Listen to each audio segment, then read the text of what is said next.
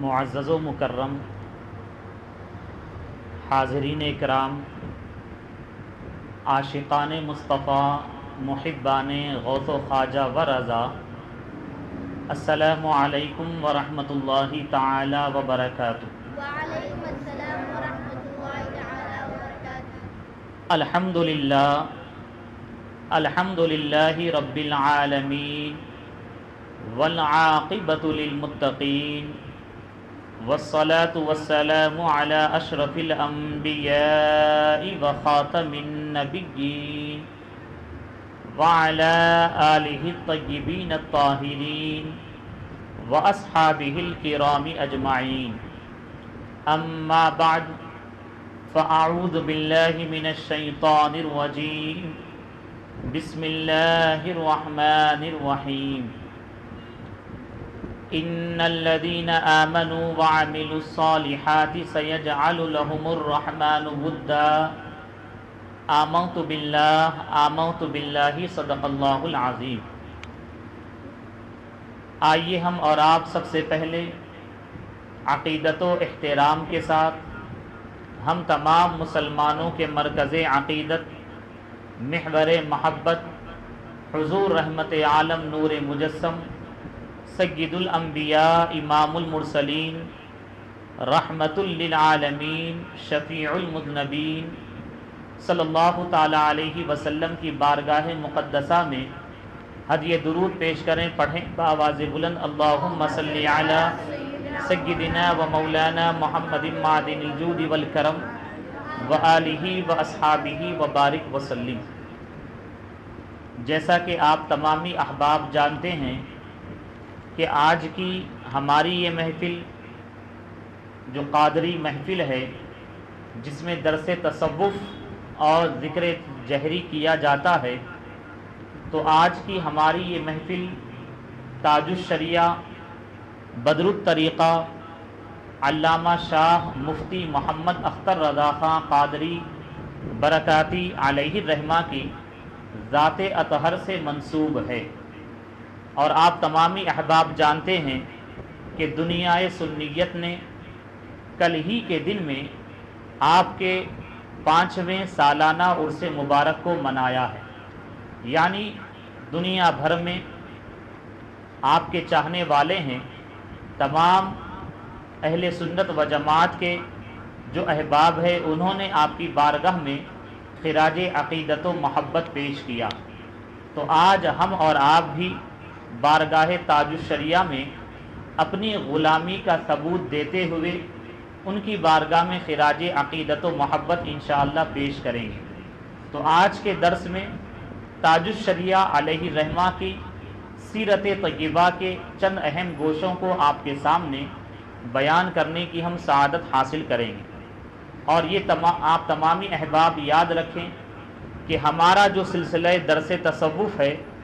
یقیناً اسی کا ایک حصہ یہ بھی ہے کہ جو با کمال صوفی حضرات گزرے ہیں، ان کی سیرت سے ہم اور آپ واقف ہوں۔ یقیناً ایک ہوتا ہے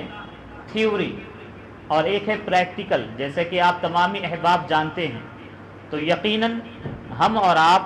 جو تصوف کے اصول ہیں، وہ قرآن کریم، احادیث طیبہ اور بزرگان دین کی تحریرات کے ذریعے انشاءاللہ اس سے واقف ہوں گے، لیکن اسے عملی طور پر اگر ہم دیکھنا چاہتے ہیں تو ان اللہ تعالیٰ کے نیک بندوں کی سیرتوں کو ہم اور آپ پڑھیں گے اور سنیں گے، تو یقیناً ہم عملی طور پر جان لیں گے کہ جو کچھ ہم نے درس تصوف میں سنا ہے، تحریرات کی روشنی میں عملی طور پر ہمارے بزرگان دین نے اپنی زندگی میں کر کے دکھا دیا۔ تو یہ بھی درس تصوف ہی کا ایک اہم حصہ ہے۔ انشاءاللہ عز و جل آئندہ جو ہماری محفل ہوگی، یہ خواجہ خواجگاں، خواجہ دکن، یعنی خواجہ بندہ نواز گیسو دراز علیہ الرحمہ کی ذات اطہر سے انشاءاللہ منسوب ہوگی۔ اور خصوصی طور پر ہم بتائیں گے سلسلہ چشتیہ کا فیضان ملک ہندوستان میں کس طریقے سے عام و تام ہوا ہے، اور پھر سلسلہ چشتیہ کے بزرگان دین میں خواجہ بندہ نواز گیسو دراز علیہ رحمہ کا ایک خاص جو بلند مقام و مرتبہ ہے اور جو آپ کی انفرادی حیثیت ہے، انشاءاللہ عز و جل اسے آئندہ درس میں بیان کرنے کی ہم سعادت حاصل کریں گے۔ ایک مرتبہ درود شریف پڑھ لیں، اللہم صلی علی سیدنا و مولانا محمد معدن الجود والکرم و آلہ و اصحابہ و بارک وسلم۔ آج ہم جس ذات کا تذکرہ کر رہے ہیں انہیں دنیائے سنیت اور خاص کر اہل علم اور اہل دانش جن القابات سے یاد کرتے ہیں آپ اسے سماعت فرمائیں۔ آپ کو سلطان الفقہا کہا جاتا ہے، اکمل الفضلاء کہا جاتا ہے، فخر المحدثین کہا جاتا ہے، سراج المفسرین کہا جاتا ہے، فقیہ اعظم کہا جاتا ہے، فاتح عرب و عجم کہا جاتا ہے، شیخ الاسلامی والمسلمین آپ کو کہا جاتا ہے، اور ساتھ ہی ساتھ قاضی القضات فی الہند، اور آپ کا جو مشہور زمانہ لقب ہے وہ تاج الشریعہ ہے، بلکہ آپ کے اصل نام سے اکثر احباب واقف نہیں ہیں،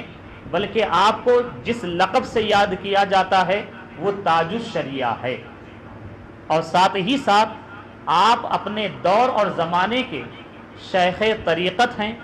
پیر کامل ہیں، وارث علوم اعلی حضرت ہیں آپ، اور مظہر حجت الاسلام ہیں، اور ساتھ ہی ساتھ آپ جانشین سرکار مفتی اعظم علیہ رحمہ ہیں، اور آپ کا نام نامی اسم گرامی جو مشہور ہے وہ مفتی محمد اختر رضا خان قادری ازہری ہے، لیکن آپ کا اصل نام وہ محمد اسماعیل ہے، جس سے عام طور سے واقف نہیں ہے، چونکہ آپ کے والد محترم کا نام ابراہیم رضا ہے تو اسی نسبت سے آپ کا نام اسماعیل رضا ہے۔ یعنی ہم اور آپ جانتے ہیں انبیاء اکرام میں، رسولان عظام میں ایک عظیم رسول، اولو العزم جو رسول گزرے ہیں ان کا نام ابراہیم ہے، اور ان کے جو صاحبزادے ہیں جو رسول اور نبی ہیں یقیناً وہ اسماعیل ہیں، تو اسی مناسبت سے آپ کے والد محترم کا نام ابراہیم ہے تو آپ نے اپنے بیٹے شہزادے کا نام اسماعیل رکھا، سبحان اللہ، اور آپ کا جو معروف نام ہے وہ اختر رضا ہے، اور یہی آپ کا تخلص ہے، اور شاعری میں مقطع میں آپ اختر ہی کے ساتھ اپنے کو یاد کرتے ہیں۔ تاج الشریعہ علیہ رحمہ کا جو گھرانہ جو خاندان ہے، سبحان اللہ، ہر کوئی جانتا ہے یہ علمی دینی گھرانہ اور خاندان رہا جسے خاندان رضا کہا جاتا ہے، سبحان اللہ، اور تاج الشریعہ علیہ رحمہ کے والد محترم مفسر اعظم علامہ ابراہیم رضا خان علیہ رحمہ ہے، اور آپ کے دادا محترم حجت الاسلام علامہ حامد رضا خان علیہ رحمہ ہے، اور آپ کے نانا جان سرکار مفتی اعظم علامہ شاہ مصطفیٰ رضا خان علیہ رحمہ ہے، اور آپ کے پردادا سبحان اللہ اعلیٰ حضرت امام اہل سنت مجدد اعظم، اور جن کے علوم کو فنون کو دیکھنے کے بعد علماء عرب نے یہ کہا کہ آپ کوئی عام عالم دین نہیں ہیں بلکہ آپ آیتم من آیاتی رب العالمین ہیں، آپ یعنی اللہ رب العالمین کی نشانیوں میں سے ایک عظیم نشانی کا نام امام احمد رضا ہے، اور بعض علماء عرب نے یہ فرمایا جب آپ کے تحریرات کا مطالعہ کیا تو یہ کہا کہ آپ کوئی عام عالم دین نہیں ہیں بلکہ آپ معجزۃ من معجزات رسول رحمت للعالمین، سبحان اللہ، یعنی ہمارے نبی صلی اللہ تعالی علیہ وسلم کے معجزات میں سے ایک عظیم معجزے کا نام امام احمد رضا ہے، سبحان اللہ۔ تو سرکار تاج الشریعہ علیہ رحمہ کے پردادا اعلیٰ حضرت امام اہل سنت مجدد اعظم علیہ رحمہ ہے، اور ساتھ میں ہم آپ کو یہ بھی بتا دیں کہ جہاں آپ پردادا ہیں وہیں تاج الشریعہ علیہ رحمہ کے آپ پر نانا بھی ہیں، سبحان اللہ، یعنی دو طرف سے آپ کو نسبتیں حاصل ہیں۔ چونکہ حجت الاسلام علامہ حامد رضا خاں علیہ الرحمہ اور سرکار مفتی اعظم علیہ الرحمہ یہ اعلیٰ حضرت امام اہل سنت علیہ الرحمہ کے دو شہزادے، اور حجت الاسلام یہ آپ کے دادا ہیں اور مفتی اعظم علیہ الرحمہ آپ کے نانا ہیں۔ تو اسی نسبت سے سرکار اعلیٰ حضرت علیہ الرحمہ آپ کے پر دادا بھی ہوئے اور آپ کے پر نانا بھی ہوئے، سبحان اللہ۔ اور اعلیٰ حضرت علیہ الرحمہ سے آپ اوپر جائیں تو اعلیٰ حضرت علیہ الرحمہ کے والد محترم رئیس المتکلمین خاتم المحققین علامہ نقی علی خان علیہ الرحمہ ہیں، سبحان اللہ۔ آپ بھی اپنے دور اور زمانے کے زبردست عالم دین ہیں، بلکہ مرجع العلماء رہے ہیں اور اپنے وقت کے زبردست مفتی کامل رہے ہیں آپ۔ اور آپ کے سرکار اعلیٰ حضرت علیہ الرحمہ کے والد محترم کے والد یعنی اعلیٰ حضرت علیہ الرحمہ کے دادا علامہ رضا علی خان علیہ الرحمہ ہیں۔ اور یہ کون ہیں؟ آپ اپنے دور اور زمانے کے ولی کامل ہیں اور اپنے وقت کے قطب ہیں، اور رب تعالیٰ کی بارگاہ میں اتنا بلند آپ کا مقام و مرتبہ ہے کہ آپ رب کی بارگاہ میں جو دعا فرما دیتے اللہ تعالیٰ اس دعا کو قبول فرما لیتا۔ ایسا مبارک معزز اور بابرکت یہ آپ کا گھرانہ رہا ہے، اور ظاہر سی بات ہے ایسے دینی علمی گھرانے میں تاج الشریعہ علیہ الرحمہ نے ولادت پائی، آنکھیں کھولی، اور جب آپ پیدا ہوئے تو سارا جو ماحول آپ کو ملا یہ علمی دینی ماحول ملا۔ اور ہمیشہ یاد رکھیں جو گھر کا ماحول ہوتا ہے، خاندان کا جو ماحول ہوتا ہے، یقینی طور پر 100% یہ بچے پر پورا اثر کرتا ہے۔ اور ہمیں اور آپ کو بھی چاہیے کہ ہم بھی اگر اپنی اولاد کو نیک بنانا چاہتے ہیں، دینی ایک سانچے میں ڈھالنا چاہتے ہیں، تو اس کی ولادت سے پہلے ہی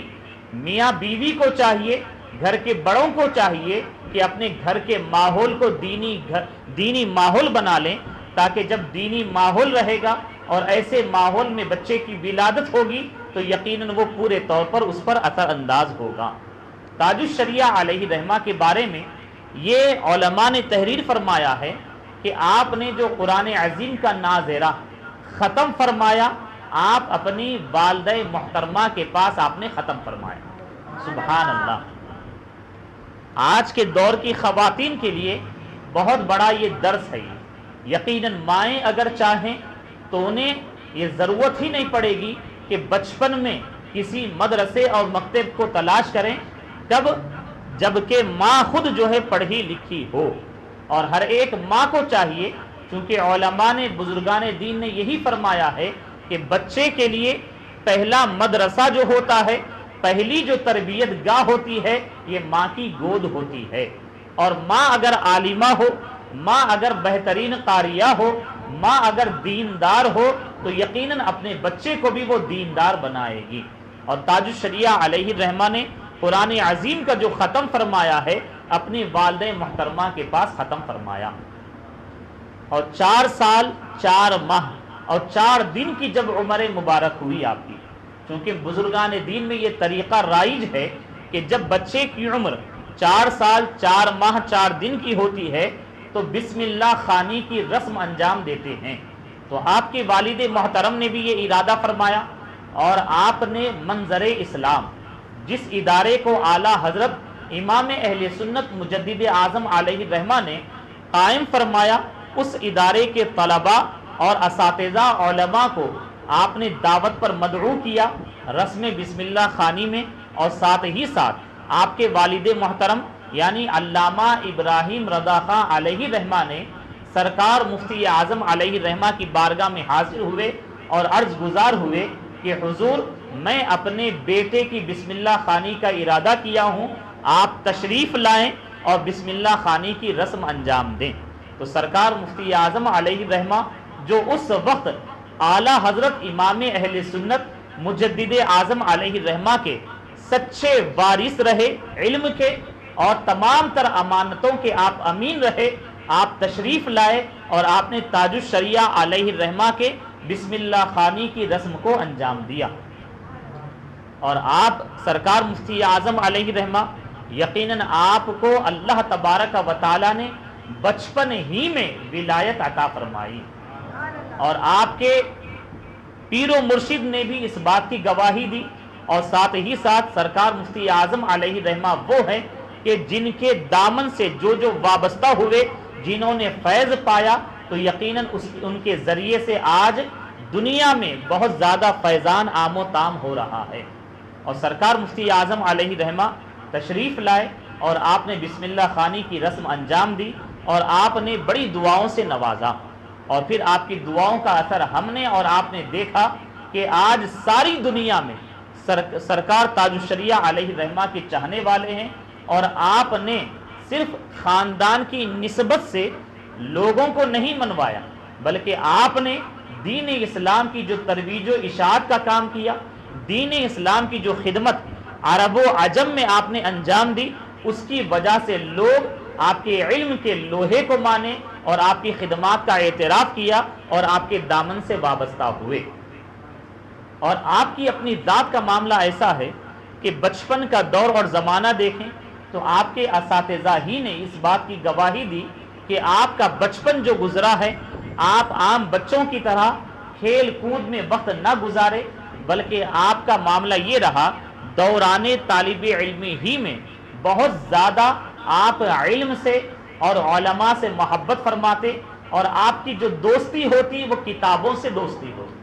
سبحان اللہ۔ اور یہ ایک اسٹوڈنٹ کے لیے، ایک طالب علم کے لیے بہت ہی بہترین عمل ہے کہ وہ کسی اور کو دوست نہ بنائے، بلکہ اس کا بہترین ساتھی، بہترین دوست جو ہے یہ کتابیں ہوا کرتی ہیں۔ تو تاج الشریعہ علیہ رحمہ کے بارے میں ان کے خود اساتذہ یہ بتاتے ہیں، اس بات کی گواہی دیتے ہیں کہ تاج الشریعہ علیہ رحمہ اپنے وقت کی بڑی قدر فرماتے، اور جب آپ علم کے حصول کے لیے آپ اساتذہ کی طرف جاتے یا پھر آپ درسگاہ کے لیے نکلتے اور راستے میں کسی وجہ سے رکنا ہوتا تو آپ خالی ایسے ہی کھڑے نہ ہوتے، بلکہ کتاب کھول دیتے اور مطالعہ شروع کر دیتے۔ سبحان اللہ۔ یہ وقت کی قدر ہے اور وقت کی اہمیت کا معاملہ ہے۔ یقیناً وقت جو ہے اللہ تعالیٰ کی جانب سے ہمارے لیے ایک عظیم نعمت ہے، اور ایک مسلمان اس وقت کی قدر کیسے کر سکتا ہے؟ تو اپنے اس وقت کو اللہ اور اس کے رسول کی اطاعت میں اگر وہ گزارے گا اور اللہ تعالیٰ کی تسبیح بیان کرے گا، اللہ تعالیٰ کا ذکر کرے گا، قرآن و حدیث کا مطالعہ کرے گا، یقیناً وہ اپنے وقت کا قدرداں ہوگا۔ تاج الشریعہ علیہ رحمہ کا جو دوران طالب علمی ہے اور آپ جو منظر اسلام میں علم حاصل کیے، تو آپ اس وقت جتنے اساتذہ رہے ان سے آپ نے علم حاصل کیا، اور اس دور اور زمانے کے تمام تر علوم و فنون میں دسترس حاصل فرما لی۔ اور منظر اسلام کے اساتذہ میں ایک استاذ مصر کے رہنے والے بھی تھے جو عربی ادب پڑھانے کے لیے وہاں پر مقرر تھے، اور تاج الشریعہ علیہ رحمہ کا ایک خاص معاملہ یہ تھا کہ ان کی بارگاہ میں حاضر ہوتے تھے اور برابر ان کے ساتھ عربی محادثہ، عربی گفتگو فرمایا کرتے تھے، اور وہیں پر منظر اسلام میں رہتے ہوئے آپ کو عربی پر اس قدر کمال مہارت حاصل ہو گئی تھی کہ آپ کے بارے میں یہ آتا ہے کہ جو مصری استاذ تھے جن کا نام حضرت مولانا عبد التواب مصری ہے، تو آپ ان کے پاس حاضر ہوتے صبح کے وقت میں، ابھی درسگاہ کا وقت شروع نہ ہوتا، صبح کے وقت میں حاضر ہوتے، اور انگلش اور اردو جو اخبارات ہوتے وہ ان کے پاس لے کر حاضر ہوتے، اردو اور انگلش اخبارات کا عربی میں ٹرانسلیٹ کرتے کر آپ بتایا کرتے یہ نیوز یہاں پر آئی۔ سبحان اللہ۔ اور جب وہاں سے منظر اسلام سے فارغ ہوئے تو خود مولانا عبد التواب مصری علیہ رحمہ نے اور ساتھ میں دیگر اساتذہ نے اور آپ کے چاہنے والوں نے آپ کے والد محترم کے پاس یہ بات پیش کی کہ کیا ہی اچھا ہوتا کہ اختر میاں کو اعلیٰ تعلیم حاصل کرنے کے لیے جو دنیا کی سب سے عظیم یونیورسٹی ہے جامعۃ الازہر مصر، وہاں پر بھیجا جائے۔ جب لوگوں کا چاہنے والوں کا اصرار ہوا تو 1963 عیسوی میں آپ کو جامعۃ الازہر میں داخلہ دلایا گیا، اور تاج الشریعہ علیہ رحمہ 3 سال جامعۃ الازہر مصر میں رہے، اور الحمدللہ جتنے سال وہاں پر گزارے آپ سارا وقت حصول علم ہی میں لگاتے رہے، اور ایک وقت یہ بھی آیا کہ آپ وہاں پر الحمدللہ جب فارغ ہوئے تو سارے مصر کے طلباء میں نمبر 1 پوزیشن لے کر آئے اور اعلیٰ اور ممتاز نمبرات سے کامیابی حاصل کیے۔ اور جو ممتاز طلباء ہوتے ہیں تو اس وقت جو پریزیڈنٹ رہے، جو رئیس مانے جاتے ملک کے، ان کے ہاتھ سے ان کو ایوارڈ دلایا جاتا، تو اس وقت غالباً جمال عبد الناصر یہ پریزیڈنٹ رہے، ان کے ہاتھ سے آپ کو ایوارڈ دیا گیا۔ سبحان اللہ۔ اور تاج الشریعہ علیہ الرحمہ مصر کی سرزمین پر جب رہے تو اس وقت آپ کو ایک صدمہ یہ لاحق ہوا کہ یہاں پر آپ کے والد محترم علامہ ابراہیم رضا خاں علیہ الرحمہ کا انتقال ہو گیا۔ لیکن وصال کی خبر آپ نے سنی، اپنے غم کا، اپنی محبتوں کا آپ نے اظہار کیا، لیکن اپنے حصول علم کے سلسلے میں ذرہ برابر کمی آنے نہ دی، بلکہ اپنا سلسلہ تعلیم جاری رکھا اور اسی طریقے سے اس کی لگن اور محنت اور محبت کے ساتھ علم دین حاصل کرتے رہے، یہاں تک کہ 3 سال آپ نے کلیہ اصول الدین میں مکمل کیے، اور وہاں سے فارغ ہو کر ہندوستان کی سرزمین پر تشریف لائے۔ اور جب تشریف لائے تو سرکار مفتی اعظم علیہ الرحمہ اپنے نواسے سے بڑی محبت فرماتے تھے، تو آپ اپنے احباب کے ساتھ اسٹیشن پر تشریف لے گئے تاکہ اپنے نواسے اور آنے والے زمانے میں جس کو جانشین بنانا ہے اس کا استقبال کیا جائے۔ سرکار مفتی اعظم علیہ الرحمہ ان کے استقبال کے لیے تشریف لے گئے، اور آپ ٹرین سے اترے اور اس کے بعد گلپوشی کے ذریعے آپ کا استقبال کیا گیا، اور سرکار مفتی اعظم علیہ الرحمہ نے تاج الشریعہ علیہ الرحمہ کو دیکھا تو دیکھ کر آپ نے یہ فرمایا کہ بہت سے لوگ ازہر گئے اور جا کر وہاں سے بدل کر واپس آئے، چونکہ مصر کا ایک اپنا ماحول ہے، ایک آزادانہ ماحول ہے، جس کی وجہ سے بہت سارے طلباء جاتے ہیں تو بدل کر آتے ہیں، بلکہ ہم نے خود یہ دیکھا ہے کہ ہمارے ساتھ بھی دوران طالب علمی میں جو ملک ہندوستان سے گئے تو یہاں پر ایک عقیدے کی پختگی ہوتی ہے، عمل کی پختگی ہوتی ہے، لیکن وہاں پر جانے کے بعد وہاں کے ایک آزادانہ ماحول کی وجہ سے فکر کی آزادی، عقیدے کے نام پر آزادی، عمل کے نام پر آزادی لے کر لوٹتے ہیں، جس کی وجہ سے آگے چل کر بہت سارا ان کا خسارہ اور نقصان ہوتا ہے۔ تو تاج الشریعہ علیہ الرحمہ کو دیکھ کر سرکار مفتی اعظم علیہ الرحمہ نے فرمایا کہ میرا بیٹا جیسا گیا تھا الحمدللہ ویسا وہ واپس آیا ہے، اور وہاں کا آزادانہ ماحول اس پر کچھ بھی اثر نہ کیا۔ سبحان اللہ۔ اور یہ بھی یاد رکھیں تاج الشریعہ کو آج دنیا میں جو مقبولیت حاصل ہے، اور آج آپ جانتے ہیں کہ آپ کروڑوں دلوں کی دھڑکن بنے ہوئے ہیں، اور یہ اپنوں نے نہیں بلکہ غیروں نے بھی اس بات کا اعتراف کیا ہے کہ تقریباً 2 کروڑ سے زائد دنیا بھر میں آپ کے مریدین ہیں۔ صرف چاہنے والے تو اس سے بڑھ کر ہے، لیکن جو غیروں نے اس بات کا اعتراف کیا، میگزین وغیرہ میں جو شو کیا، وہ یہی بتایا کہ 2 ملین 2 کروڑ سے زائد آپ کے اپنے مریدین ہیں، اور اس سے زیادہ آپ کے چاہنے والے ہیں۔ لیکن سرکار تاج الشریعہ علیہ الرحمہ نے جو رب تعالیٰ نے آپ کو اتنا بلند مقام و مرتبہ عطا فرمایا، تو اس کو اپنا کمال ظاہر نہ فرمایا، بلکہ تاج الشریعہ علیہ الرحمہ نے یہی فرمایا کہ مفتی اعظم کا ذرہ کیا بنا اختر رضا۔ سبحان اللہ۔ یعنی آپ نے یہی بتایا جو کچھ بھی آج اختر رضا ہے یہ میرے اپنے بزرگان دین کا فیضان ہے، اور خاص کر سرکار مفتی اعظم علیہ الرحمہ کا فیضان ہے۔ تو آپ نے یہی فرمایا مفتی اعظم کا ذرہ کیا بنا اختر رضا، محفل انجم میں اختر دوسرا ملتا نہیں۔ سبحان اللہ۔ اور یہ حقیقت ہے، اور یہ بس ایسے ہی بات نہیں یا کوئی غلو کی بات نہیں، واقعی یہی بات ہے کہ آپ اپنے دور اور زمانے کے یکتا نظر آتے ہیں، علم کے اعتبار سے، تقویٰ کے اعتبار سے، عمل کے اعتبار سے، اور جس فن کے اعتبار سے دیکھیں آپ یکتائے روزگار نظر آتے ہیں۔ اور یقیناً سرکار مفتی اعظم علیہ الرحمہ کے بارے میں آپ یہ بھی فرماتے ہیں کہ یہ آج جو محبتیں ہیں اور کروڑوں لوگوں کے دلوں میں آج میری محبت ہے، تو آپ یہی فرماتے ہیں نگاہ مفتی اعظم کی ہے یہ جلوہ گری،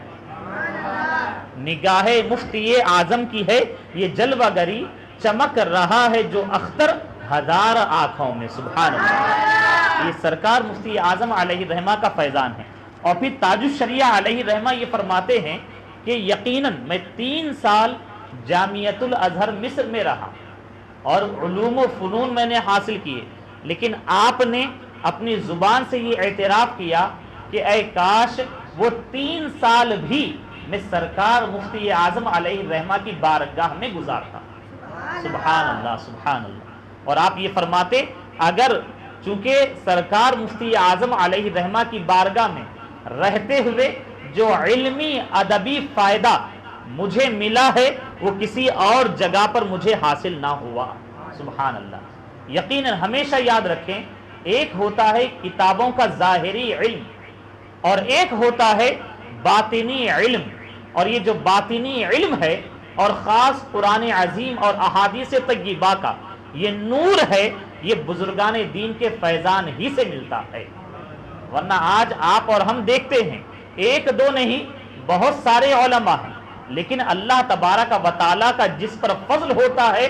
یقیناً اسی عالم دین کے ذریعے سے دین اسلام کی ترویج و اشاعت کا کام ہوتا ہے۔ اللہ تبارک و تعالیٰ کا جس پر فضل ہوتا ہے یقیناً اللہ تبارک و تعالیٰ اسی کے ذریعے سے اپنے دین کا کام لیتا ہے۔ ایسے تو علماء بہت سارے ہوتے ہیں، لیکن اللہ تعالیٰ کا جس پر جیسا فضل ہوتا ہے یقیناً اسی طریقے سے اللہ تبارک و تعالیٰ اس کا چرچا فرماتا ہے۔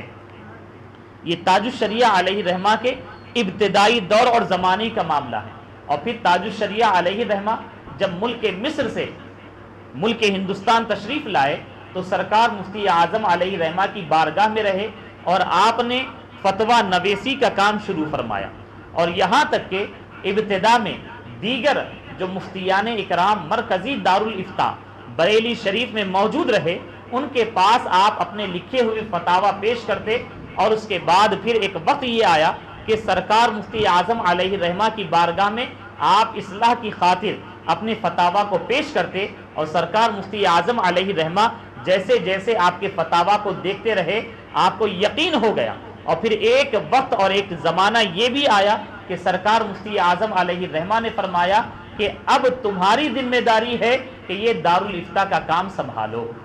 سبحان اللہ۔ اور یہ دارالافتاء کون سا دارالافتاء ہے؟ جسے اعلیٰ حضرت امام اہل سنت مجدد اعظم علیہ الرحمہ کے دادا محترم علامہ رضا علی خان علیہ الرحمہ نے جس کی بنیاد رکھی تھی، اور اعلیٰ حضرت علیہ الرحمہ کے والد محترم ہی کے دور اور زمانے میں یہ ملک ہندوستان کا ایک عظیم دارالافتاء مانا جاتا تھا، اور اپنے وقت کے جو علماء تھے وہ بھی اس دارالافتاء سے رجوع ہوا کرتے تھے۔ اور پھر جب اعلیٰ حضرت امام اہل سنت مجدد اعظم علیہ الرحمہ جب اس مسند افتاء پر آپ تشریف فرما ہوئے تو اس کے بعد تو اس کی شہرت صرف ملک بھر میں نہیں بلکہ انٹرنیشنل لیول پر ہو گئی، بین الاقوامی سطح پر ہو گئی، اور دنیا بھر سے آپ کے پاس سوالات آنے لگے، اور اس طریقے سے اسے ایک عالمی شہرت مل گئی۔ اور پھر اس کے بعد سرکار اعلیٰ حضرت امام اہل سنت مجدد اعظم علیہ الرحمہ کے دونوں شہزادے حجت الاسلام علامہ حامد رضا خان علیہ الرحمہ، اور پھر آپ کے بعد سرکار مفتی اعظم علیہ الرحمہ ایک طویل مدت تک اس دارالافتاء کی ذمہ داری کو آپ نے سنبھالا، اور پھر آپ نے اپنا جانشین، اپنا قائم مقام جسے بنایا وہ تاج الشریعہ علیہ الرحمہ کی ذات اطہر۔ اور آپ یہ بھی یاد رکھیں سرکار مفتی اعظم علیہ الرحمہ بھی اپنے وقت اور اپنے دور اور زمانے کے تمام تر علماء میں سردار مانے جاتے رہے، مرجع العلماء مانے جاتے رہے، اور آپ کا معاملہ ایسا نہ تھا کہ بس میرے اپنے خاندان کا فرد ہے تو میں اسے ذمہ داری دے دوں، بلکہ آپ ولی کامل رہے، اور آپ کی نظر انتخاب جو اعلیٰ حضرت امام اہل سنت علیہ الرحمہ کے خلفاء یا پھر خلفاء کے خلفاء اس دور اور زمانے میں جو موجود رہے ان تمام نے سرکار مفتی اعظم علیہ الرحمہ کے اس فیصلے کو دلی طور پر قبول فرمایا کہ یقیناً آج کے دور اور زمانے میں اگر کوئی سرکار مفتی اعظم علیہ الرحمہ کا جانشین بننے کے لائق ہے، یا پھر کوئی وارث علوم اعلیٰ حضرت اگر کوئی ہے تو وہ تاج الشریعہ علیہ الرحمہ ہی کی ذات ہے۔ سبحان اللہ۔ تو سرکار مفتی اعظم علیہ الرحمہ نے اپنا قائم مقام آپ کو بنایا، اور پھر آپ نے یہ بھی فرمایا اختر میاں اب وقت گھر میں بیٹھنے کا نہیں ہے، بلکہ یہ جو عوام و خواص کا ہجوم، بھیڑ جو نظر آتی ہے، اب آپ کو یہ ذمہ داری سنبھالنا ہے۔ آپ کے زبان اقدس سے یہ کلمات نکلے کہ آپ نے اپنا جانشین بنایا، اپنا قائم مقام بنایا، اور لوگوں کو، ایک خلقت کو، ایک ہجوم کو آپ کی جانب پھیر دیا، تو یہ ایسا ہوا کہ لوگوں کے دل کھچے کھچے تاج الشریعہ علیہ الرحمہ کی طرف آنے لگے۔ سبحان اللہ۔ اور پھر خود اس دور اور زمانے کے جو بڑے بڑے علماء رہے، جیسے کہ شارح بخاری، فقیہ اعظم علامہ مفتی شریف الحق امجدی علیہ الرحمہ، جنہیں تقریباً 20 سے 25 سال سرکار مفتی اعظم علیہ الرحمہ کی خدمت میں رہنے کا شرف حاصل ہوا۔ آپ خود یہ فرماتے ہیں اللہ تبارک و تعالی نے جو سرکار مفتی اعظم علیہ الرحمہ کے آخری آپ کے وصال سے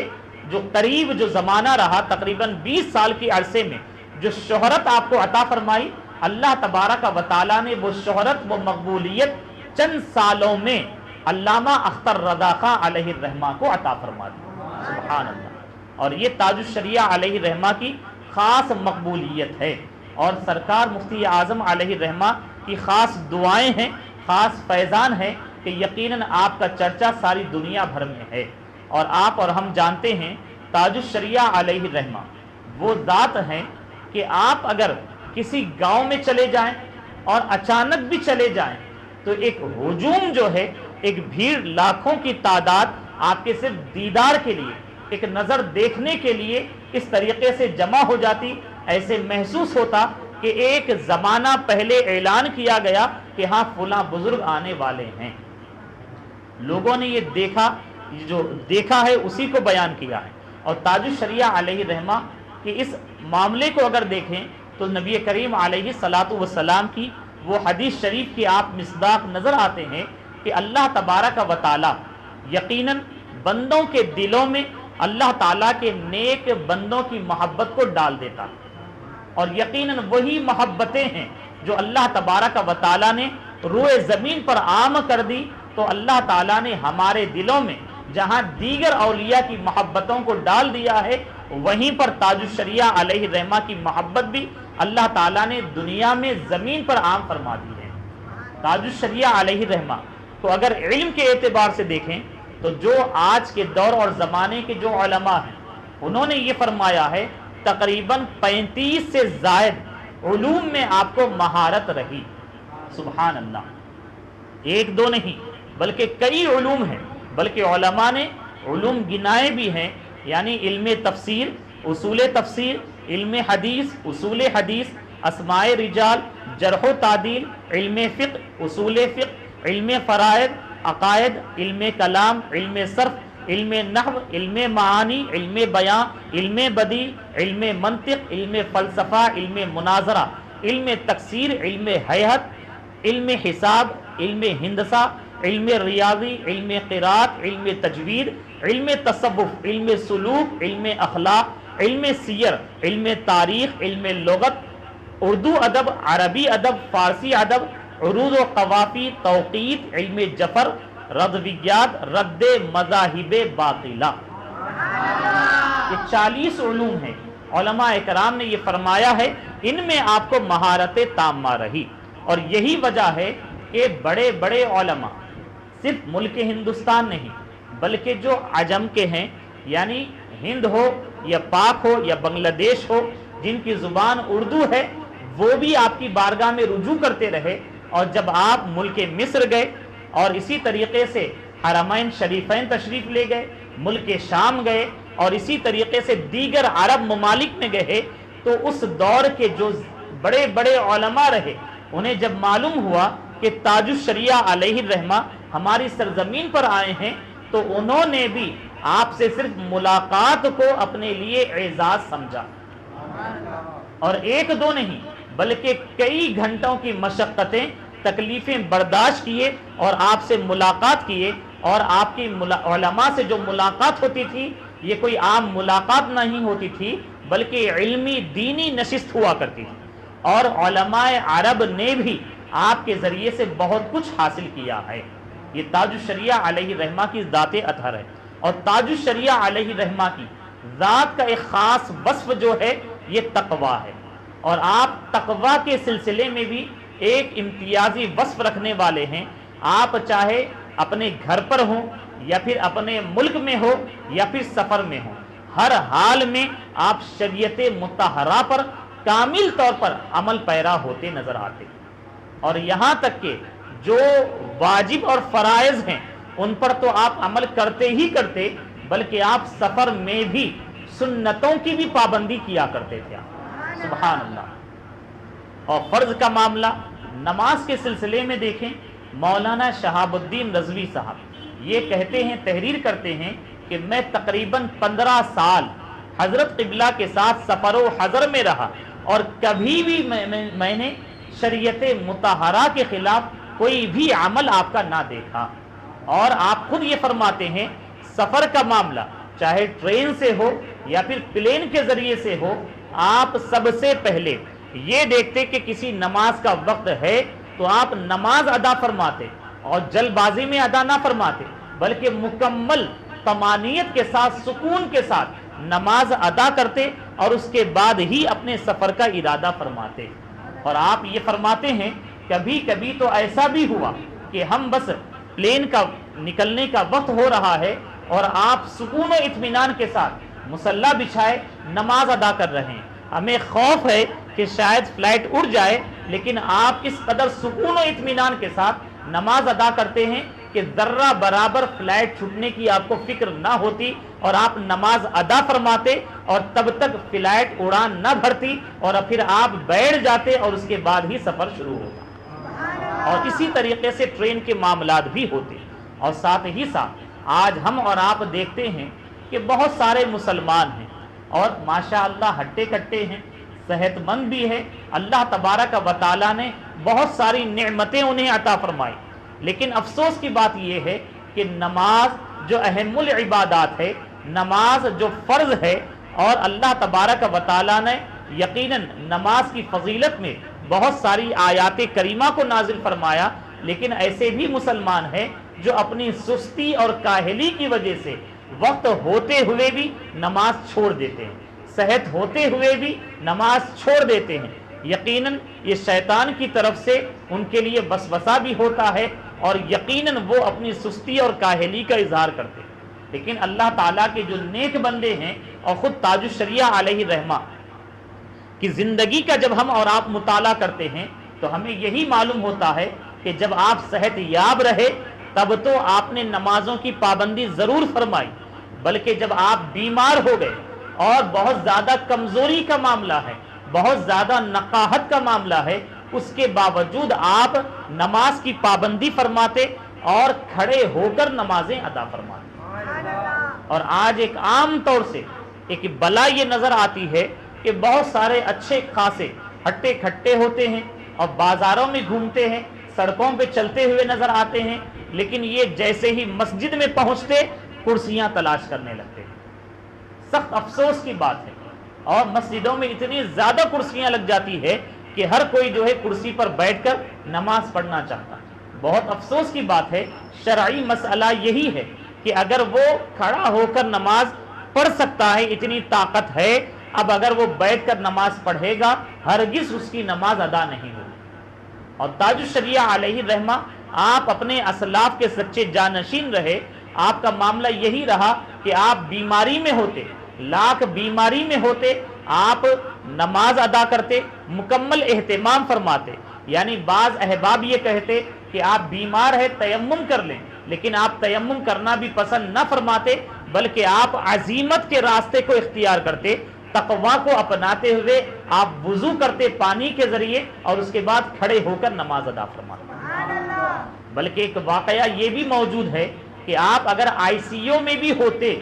تو آپ کے بارے میں یہ آتا کہ آپ کے جسم کو وائر وغیرہ مکمل لگے ہوتے، تو آپ ایک مرتبہ کا واقعہ یہ ہے کہ تمام تر آلات کو اپنے جسم سے جدا کر دیے، نماز کا وقت ہوا تو آپ مصلی بچھائے اور نماز ادا فرمائیں۔ سبحان اللہ۔ اور ایک مرتبہ کا واقعہ یہ بھی ہے کہ آپ آئی سی یو میں موجود ہے اور وہیں قریب میں ایک شخص غالباً امریکہ کا رہنے والا ہے، اور وہ اتنا زیادہ بیمار تھا کہ ڈاکٹروں نے جواب دے دیا تھا، یعنی کہہ دیا تھا کہ بس اب چند دنوں کی تمہاری زندگی ہے اور تم مرنے ہی والے ہو۔ اور اس نے بھی یقین کر لیا تھا، اور اس کے جتنے خاندان والے تھے وہ بھی یہ یقین کر لیے تھے کہ بس اب چند دن کا یہ مہمان ہے۔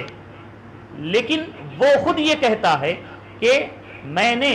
جب ان کو دیکھا، یعنی قریب ہی میں تاج الشریعہ علیہ رحمہ دوسرے بیڈ پر تھے اور آپ نے نماز وہاں پر ادا فرمائی، اور جب آپ نماز ادا کر رہے تھے تو ایک چہرے پر ایسی نورانیت کا ظہور ہوا کہ وہ شخص آپ کی جانب ایسا مائل ہو گیا، وہ اپنے گھر والوں سے کہنے لگا کہ میرے بیڈ کو اس جانب پھیر دو کہ میں بآسانی اس بزرگ کو دیکھتا رہوں۔ سبحان اللہ۔ اور پھر اس نے یہ بھی کہا اپنے گھر والوں میں سے کہ وہ جہاں پر اپنا سر رکھ رہے ہیں اس جگہ کو چومو جا کر اور لا کر میرے جسم پر مل دو۔ اور اسی طریقے سے کیا گیا، اور کرنے کے بعد وہ شخص خود یہ کہتا ہے کہ جب میں ان کو دیکھتا رہا تو میرے دل میں یہ بات آئی کہ اب مجھے زندگی مل گئی ہے، نئی زندگی مل گئی ہے۔ اور اس کے بعد اس کا یہ عزم ہو گیا کہ یقیناً میں اور جینے والا ہوں، اور واقعی ایسا ہوا کہ جو ڈاکٹروں نے جواب دے دیا تھا وہ ہاسپٹل سے جو ہے تاج الشریعہ علیہ رحمہ کے فیضان سے صحت یاب ہو کر وہاں سے لوٹ گئے۔ تو تاج الشریعہ علیہ رحمہ کی ذات اطہر وہ ہے کہ آپ کے اقوال سے، یعنی آپ کی باتوں کے ذریعے بہت سارے راہ حق کو اپنا لیے، اور آپ کا چہرہ تو ایسا روشن اور منور رہا کہ بہت ساروں نے آپ کے چہرے کو دیکھ کر یہ کہا کہ یقیناً یہ چہرہ جو ہے یہ حق کا ترجمان ہے، اور وہ بھی داخل اسلام ہوئے۔ اور تاج الشریعہ علیہ رحمہ کے تقوی ہی کا ایک حصہ یہ بھی ہے کہ آپ سنتوں پر بہت زیادہ عمل پیرا رہے تھے۔ آپ کے بارے میں یہ آتا ہے کہ تاج الشریعہ علیہ رحمہ کی یہ عادت کریمہ رہی کہ آپ ہمیشہ زمین پر بیٹھ کر کھانا ہی پسند فرماتے۔ آج آپ دیکھ رہے ہیں کہ عام طور سے ٹیبل پر کرسی پر بیٹھ کر کھایا جاتا، ٹیبل پر جو ہے تمام تر کھانے کے لوازمات رکھے جاتے، تو یہ خلاف سنت عمل ہے۔ لیکن تاج الشریعہ اور ہمارے بزرگان دین ایسے ماحول میں بھی، دیکھیں آج عام طور سے ہمارے نوجوانوں کا کہنا یہ ہوتا ہے کہ یہ 21ویں صدی ہے، ہم اپنے آپ کو اگر شریعت کے نام پر تنگ بنا کر رکھیں گے، جکڑے رہیں گے تو ہم کیسے ترقی کر سکتے ہیں؟ لیکن یاد رکھیں ہر دور اور زمانے میں اللہ تبارک و تعالی نے ہماری ہدایت و رہنمائی کے لیے اور ہمارے لیے نمونہ عمل کے طور پر اپنے نیک بندوں کو ایسا بھیجا کہ یقیناً ہم اور آپ انہیں دیکھتے ہوئے قرآن اور حدیث کو سمجھ بھی سکتے ہیں، اور ہمارے دل میں ایک یقین یہ پیدا ہوتا ہے کہ یقیناً جب ہمارے اسلاف ایسے ماحول میں عمل کر سکتے ہیں، ہم بھی اگر چاہیں تو یقیناً عمل کر پائیں گے۔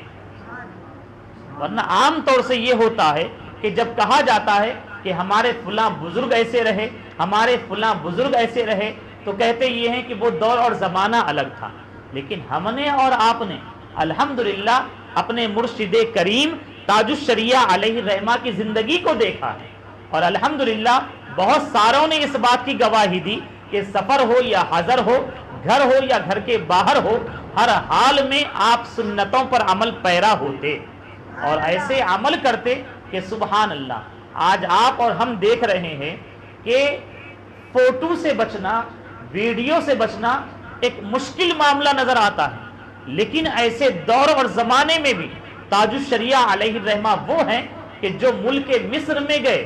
اور وہاں پر جا کر بھی آپ نے تصویر کشی سے، ویڈیو گرافی سے پرہیز کیا، اور خود بھی پرہیز کیے۔ وہاں کے علماء نے، شیوخ نے جب یہ دیکھا کہ تاج الشریعہ اس دور اور زمانے میں جہاں تقریباً 70 سال سے ویڈیو گرافی اور فوٹو گرافی کا عام رواج چل پڑا ہے، ہم دیکھ یہ رہے ہیں ایسے عالم میں بھی امام احمد رضا کے پوتے وہ ہیں جو شریعت مطہرہ پر اس سختی کے ساتھ عمل کر رہے ہیں، ایسے دور اور زمانے میں بھی تصویر سے پرہیز کرتے ہیں، اور انہوں نے اس بات کی بھی گواہی دی کہ اگر تمام علماء اس پر عمل کر لیں تو بہت ساری برائیاں جو آج ہمارے معاشرے میں رائج ہو چکی ہیں ان تمام کا سد باب ہو جائے گا، بہت ساری برائیوں کا خاتمہ ہو جائے گا۔ سبحان اللہ۔ یعنی تاج الشریعہ علیہ الرحمہ نے جب کہہ دیا کہ اس پر عمل کرنا ہے اور آپ نے لکھ دیا کہ یقیناً یہی شریعت مصطفیٰ کا حکم ہے، تو آپ زندگی بھر اس پر عمل کرتے رہے۔ سبحان اللہ۔ اور عمل کر کے آپ نے بتایا۔ اور تاج الشریعہ علیہ الرحمہ کی جو سنت مبارک کے بارے میں ہم بیان کرنا چاہتے کہ آپ پاک ملک پاکستان گئے اور وہاں پر کسی کے پاس آپ کو دعوت کے لیے مدعو کیا گیا، اور جب آپ دعوت کے لیے گئے تو جو میزبان تھے انہوں نے عام ماحول کو دیکھتے ہوئے ٹیبل پر کھانے کا اہتمام کیا، کرسیاں لگائی گئی تاکہ اس پر بیٹھ کر کھائیں۔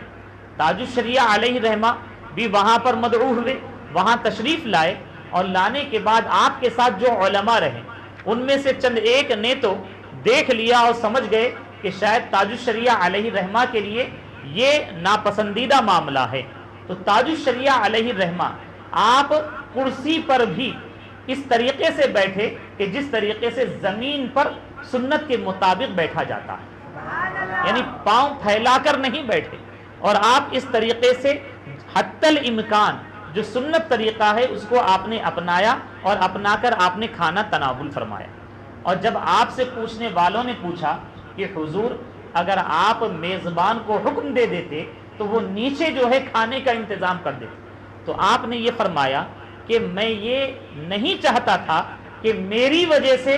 میزبان مسلمان مومن کو کوئی تکلیف پہنچے۔ سبحان اللہ۔ یعنی آپ نے ایک مومن مسلمان کو تکلیف دینا یہ بھی گوارا نہ کیا، سنت رسول کو چھوڑنا یہ بھی گوارا نہ کیا، اور اس کے درمیان آپ نے ایسا عمل کیا کہ سنت پر بھی عمل کر لیا اور ایک مومن مسلمان کے دل کو تکلیف بھی نہ پہنچائی۔ اور اسی طریقے سے سنت رسول صلی اللہ علیہ وسلم ہی کا ایک حصہ اور پیارا عمل یہ بھی ہے، اور بتانے کا مقصد یہ ہے کہ آپ یہاں سے جب اٹھیں تو آپ اس عزم کے ساتھ اٹھیں انشاءاللہ ان مبارک سنتوں پر ہم عمل کریں گے۔ حدیث شریف میں یہ آیا ہے کہ جب آپ کسی کو کوئی چیز دیں تو داہنے ہاتھ سے دیں، کسی سے کوئی چیز لیں تو داہنے ہاتھ سے لیں،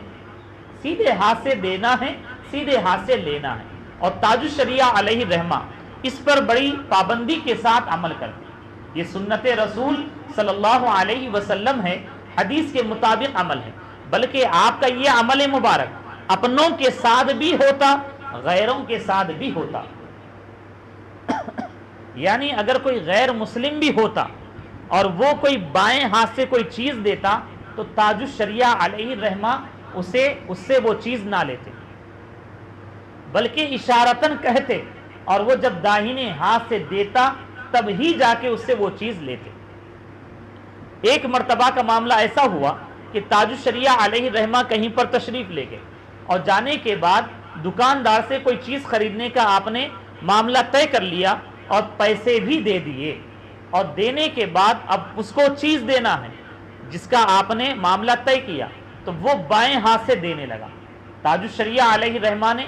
بتایا کہ حدیث رسول صلی اللہ علیہ وسلم یہ ہے کہ داہنے ہاتھ سے دینا اور لینا ہے۔ تو تاج الشریعہ علیہ الرحمہ کے کہنے پر اس نے عمل نہ کیا، بلکہ حدیث رسول علیہ الصلاۃ والسلام کے سلسلے میں کچھ بے ادبی کا اظہار کیا۔ تو تاج الشریعہ علیہ الرحمہ نے یہی فرمایا کہ تم اگر داہنے ہاتھ سے دو گے تب ہی جا کر میں تم سے یہ چیز خریدوں گا، لوں گا، ورنہ میں ہرگز تم سے یہ چیز نہیں لوں گا۔ حالانکہ تاج الشریعہ علیہ الرحمہ نے معاملہ طے کر کے، بات طے کر کے پیسہ دے دیا تھا، اور آپ نے اسی بات کا اظہار کیا چاہے وہ پیسہ واپس کرے یا نہ کرے، جب تک یہ داہنے ہاتھ سے چیز نہ دے میں نہیں لوں گا۔ سبحان اللہ۔ تو یہ سنت رسول صلی اللہ علیہ وسلم پر سختی کے ساتھ عمل کرنے کا معاملہ۔ تو ہمیں اور آپ کو چاہیے کہ ہم ایک عام مومن مسلمان ہے، ہمارے لیے پہلے ضروری یہ ہے کہ ہم فرائض اور واجبات پر سختی کے ساتھ عمل پیرا ہوں، اور دوسرا اہم معاملہ ہمارے لیے یہ ہے کہ ہم حلال چیزوں کو اپنائیں اور حرام چیزوں سے بچیں، اور اس کے بعد کوشش کریں کہ ہم مستحبات اور سنتیں جو ہے اس پر بھی عمل کرتے ہوئے نظر آئیں۔ تاج الشریعہ علیہ الرحمہ آپ اس طریقے سے حرام چیزوں سے اپنے آپ کو بچاتے کہ آج کے دور اور زمانے میں جہاں پر شریعت نے رخصت دی ہے کہ ہاں اس کو آپ اپنا سکتے ہیں، آپ کا عزیمت کا معاملہ یہ تھا کہ ایسی رخصت پر بھی آپ عمل نہ کرتے بلکہ آپ عزیمت ہی کو اپناتے، یعنی تقوی ہی کو اپناتے۔ ایک مشہور آپ کا واقعہ یہ ہے کہ ڈاکٹروں نے جب آپ کے آنکھ کا علاج کا ارادہ کیا، وہ بھی غالباً ساؤتھ افریقہ کی سرزمین پر، اور ہوا یہ تھا کہ آپ کی آنکھ سے تکلیف اتنی زیادہ بڑھ گئی کہ کچھ پلاسٹک کے کچھ وہ چیزیں رکھی گئی تھی جس کے ذریعے سے آپ کی آنکھ کا معاملہ کچھ درست ہوا تھا، لیکن وہ چیز باہر نکل کے آ گئی تھی جس کی وجہ سے آنکھ سے خون نکل رہا تھا، بہت زیادہ تکلیف کا معاملہ ہو گیا تھا، اور آپ اس وقت ساؤتھ افریقہ کے دورے پر تھے۔ تو وہاں پر معلوم کیا گیا کہ بہترین ہاسپٹل کون سا ہے، بہترین ہاسپٹل میں آپ کو لے جایا گیا، اور لے جانے کے بعد ڈاکٹروں نے مکمل معائنہ کر لیا، جائزہ کر لیا، اور کرنے کے بعد یہ کہا کہ ہاں ان کی آنکھ میں جو کئی سال پہلے کچھ پلاسٹک کی جو چیز رکھی گئی تھی وہ نکل کر ابھر کر آ گئی ہے، اسی وجہ سے آپ کو تکلیف ہو رہی ہے، ہاں اس کا آپریشن کیا جا سکتا ہے۔ تو تاج الشریعہ علیہ الرحمہ کو تیار کر لیا گیا، اور اس کے بعد آپریشن تھیٹر میں لے جایا گیا، اور آپ جانتے ہیں جب بھی کوئی جسم میں آپریشن کا ارادہ کیا جاتا ہے تو یا تو پورے جسم کو بے ہوشی کا انجیکشن دے دیا جاتا، سن کر دیا جاتا اس اطراف کے حصے کو، تاکہ جو تکلیف ہوتی ہے آپریشن کرنے میں اسے تکلیف نہ ہو۔ تو تاج الشریعہ علیہ الرحمہ کو جب یہ ارادہ کیا گیا کہ آپ کے جسم کو اس حصے کو سن کا انجیکشن دے دیا جائے، تو اس میں چونکہ الکوہل ہوتا ہے تو تاج الشریعہ علیہ الرحمہ نے منع فرما دیا، اور یہ کہہ دیا کہ اس کے بغیر ہی تم میرا آپریشن کرو۔ ڈاکٹر پریشان ہو گئے اور تعجب کا اظہار کرنے لگے کہ میرا اپنا ایکسپیرینس ہے، میرا اپنا تجربہ ہے، کبھی میں اپنی لائف اور زندگی میں ایسا کوئی آپریشن نہیں کیا کہ بغیر بے ہوش کیے یا بغیر سن کیے میں کسی کا آپریشن کیا ہوں۔ تو ڈاکٹروں نے بہت سمجھانے کی کوشش کی، راضی کرنے کی کوشش کی، لیکن تاج الشریعہ علیہ الرحمہ استقامت کے پہاڑ بنے رہے، بلکہ حجت الاسلام جو آپ کے دادا ہیں، آپ نے اپنے دادا کے ذریعے سے جو ورثے میں استقامت کو پایا تھا اسی کا مکمل اظہار فرمایا، اور یہی کہے کہ میں مکمل اجازت دیتا ہوں کہ آپ میرا آپریشن شروع کریں۔ تو بہت زیادہ تاج الشریعہ علیہ الرحمہ کے اصرار پر انہوں نے ارادہ کر لیا اور آپریشن کیا، اور مکمل آپریشن کئی گھنٹے ہوا، اور الحمدللہ وہ آپریشن کامیاب رہا۔ اور وہ ڈاکٹروں نے باہر آ کر یہ کہا کہ یہ ہماری اپنی زندگی کا، ہماری اپنی لائف کا یہ سب سے پہلا آپریشن ایسا رہا کہ بغیر ہم سن کا انجیکشن دیے، بغیر بے ہوش کیے ہم نے یہ آپریشن کیا، اور ہم اس میں کامیاب بھی رہے۔ اور انہوں نے یہ بھی کہا کہ ہم نے یہ غور کیا کہ سارے آپریشن کے دوران یہ بزرگ جو ہیں اپنے ہونٹوں کو ہلاتے رہے۔ اور تاج الشریعہ علیہ الرحمہ سے جب پوچھا گیا تو آپ نے یہ فرمایا کہ میں ابتدا سے لے کر انتہا تک آپریشن کے ختم ہونے تک میں درود شریف پڑھ رہا تھا۔ سبحان اللہ۔ یہ سر اللہ اکبر، اللہ اکبر، یا رسول اللہ، یا رسول اللہ، اعلی حضرت، اعلی حضرت، تاج الشریعہ، تاج الشریعہ، سبحان اللہ۔ یہ تاج الشریعہ علیہ الرحمہ کی ذات اطہر ہے کہ آپ ایسے موقع پر بھی جہاں شریعت رخصت دیتی ہے اور ہر ایک مسلمان جس کو اپناتا بھی ہے، لیکن تاج الشریعہ علیہ الرحمہ یہاں پر بھی مکمل عزیمت اور شریعت مطہرہ پر عمل کا اظہار فرماتے۔ اور تاج الشریعہ علیہ الرحمہ کہ ذات اطہر کا ایک خاص وصف یہ بھی ہے کہ آپ زندگی جو گزارے الحب فی اللہ والبغض فی اللہ کے مطابق زندگی گزارے، یعنی آپ نے کسی سے دوستی کی، کسی سے محبت کی تو اللہ تعالیٰ ہی کے لیے کی، اور کسی سے دشمنی اور عداوت کا اظہار کیا تو بھی آپ نے اللہ تعالیٰ ہی کے لیے کیا، اور آپ ساری زندگی یہی پیغام دیتے رہے کہ جو ہمارے نبی صلی اللہ تعالیٰ علیہ وسلم کا ہے یقیناً وہ ہمارا ہے، اور جسے ہمارے نبی صلی اللہ تعالیٰ علیہ وسلم سے محبت نہیں، کوئی رشتہ اور تعلق نہیں، تو اس سے ہمارا رشتہ اور تعلق بھی نہیں ہے۔ اور تاج الشریعہ علیہ الرحمہ خاص طور پر جو آپ نے تعلیم فرمائی تمام اپنے مریدین اور معتقدین کو، ہم تاج الشریعہ علیہ الرحمہ کے الفاظ ہی میں آپ کے سامنے بیان کریں گے، اس امید کے ساتھ انشاءاللہ عز و جل ہم اور آپ اس پر عمل کریں گے۔ تاج الشریعہ علیہ الرحمہ سے ہزاروں کے مجمع میں کہا گیا کہ آپ کچھ نصیحت فرمائیں، تو تاج الشریعہ علیہ الرحمہ نے مجمع سے خطاب کیا اور یہ فرمایا، آپ لوگوں کو نصیحت کرتا ہوں اور وصیت کرتا ہوں کہ اعلیٰ حضرت قدس سرہ کے مسلک پر قائم رہنا۔ سبحان اللہ، آج کے دور اور زمانے میں یقیناً بہت سارے فتنے ہیں اور بہت سارے باطل فرقے ہیں، اور انہی کے درمیان میں بہت سارے ایسے فرقے ہیں جو اپنے آپ کو سنی کہتے ہیں اور اہل سنت و جماعت کہتے ہیں، لیکن اس کے باوجود جب آپ ان کی حقیقت سے واقف ہوں گے تو معلوم یہی ہوگا کہ یہ سچے سنی نہیں ہیں۔ تو آج کے دور اور زمانے میں اگر آپ سچے سنی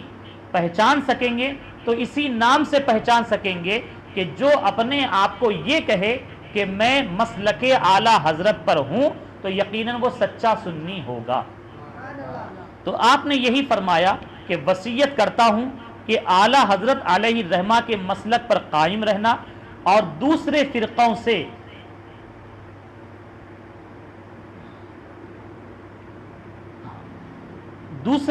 سے میل جول، کھانا پینا یا کسی بھی طرح کا اتحاد جائز نہیں ہے۔ آج دیکھا یہی جاتا ہے کہ دنیا کے نام پر ہر ایک سے دوستی کرتے ہیں، اور بڑے افسوس سے یہ کہنا پڑتا ہے خاص کر ہمارے شہر حیدرآباد میں رشتوں کے نام پر ہر ایک باطل فرقے سے بھی رشتہ جوڑ دیتے ہیں۔ یہ سخت افسوس کی بات ہے۔ ہمیں اور آپ کو چاہیے، نبی کریم علیہ الصلاۃ والسلام کا جو فرمان ہے الحب فی اللہ والبغض فی اللہ، اور یہی تعلیم اعلیٰ حضرت امام اہل سنت نے بھی عطا فرمائی، اور آپ کے تمام تر خاندان کے جتنے علماء رہے، مشائخ رہے، انہوں نے بھی عطا فرمائی، اور ہمارے جتنے اسلاف گزرے ہیں، یعنی سرکار غوث اعظم علیہ الرحمہ ہو یا سرکار غریب نواز علیہ الرحمہ ہو یا پھر خواجہ بندہ نواز گیسو دراز علیہ الرحمہ ہو، جتنے اولیاء اکرام ہیں ان تمام کی یہی تعلیم ہے جو نبی علیہ الصلاۃ والسلام کا فرمان ہے کہ ہمیں اور آپ کو چاہیے کہ رشتہ ہم جس سے جوڑیں یہ دیکھیں کہ وہ اللہ اور اس کے رسول صلی اللہ تعالیٰ علیہ وسلم کا سچا وفادار ہے کہ نہیں ہے، ان سے سچی محبت کرنے والا ہے کہ نہیں ہے۔ تو آپ یہی فرماتے ہیں کہ ایسوں سے کسی بھی طرح کا اتحاد جائز نہیں ہے۔ ان فرقہائے باطلہ سے تا قیامت اتحاد نہیں ہو سکتا، ان باطل فرقوں سے قیامت تک اتحاد نہیں ہو سکتا۔ ایک اور اہم پیغام ہم آپ تمام کو یہ دیں گے کہ آپ ماشاءاللہ نوجوان ہیں اور آپ بہت زیادہ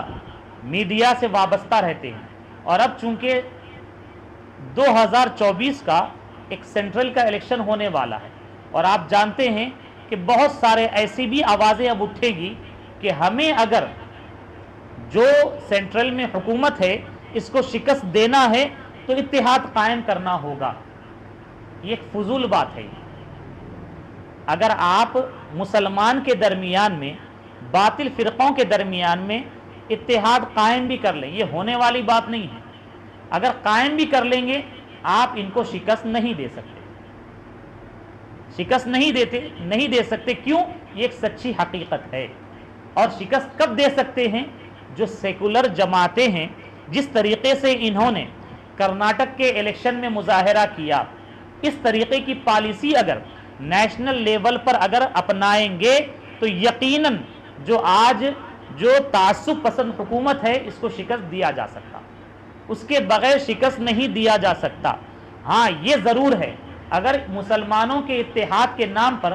باطل فرقوں سے اگر آج سنی جو مسلمان ہیں اتحاد کر لیں گے، اس کو شکست تو نہیں دے سکتے، یہ یقینی ہے صلح کلیت عام ہو جائے گی، اور آپ کا اپنا ایمان و عقیدہ جو آج مضبوط ہے یہ تباہ و برباد ہو جائے گا، اور آپ ایمان و عقیدے سے بھی ہاتھ دھو بیٹھیں گے۔